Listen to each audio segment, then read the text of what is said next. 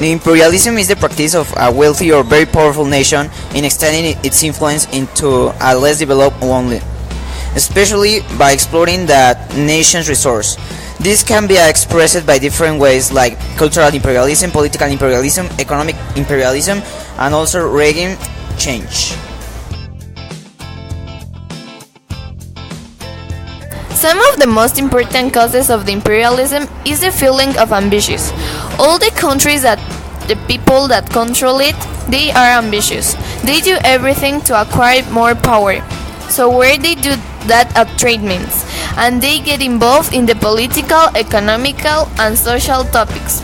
So by the time they grew and get a good country with all the possibilities to exploit poor ones.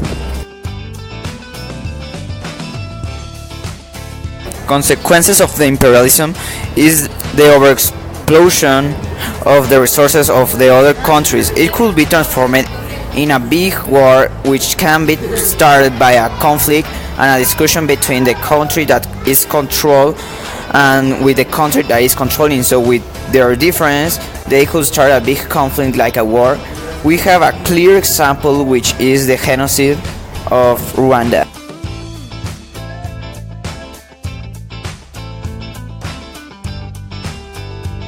Example of the neo-imperialism is when China has been seeking to secure its flow of natural resources from around the world by using its economic and military relationships with governments throughout Asia to establish numerous military facilities throughout the region.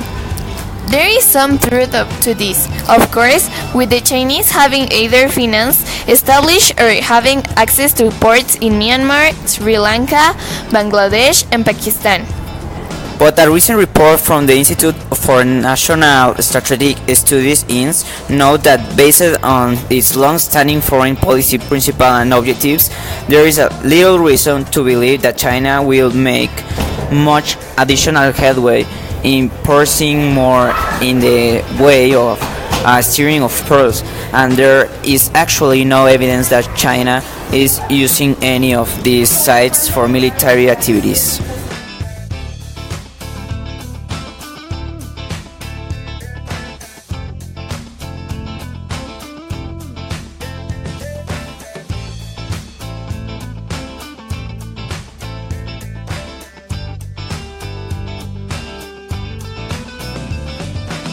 Chinese naval presence. I know Beijing is intent on building a permanent military base in the northern city.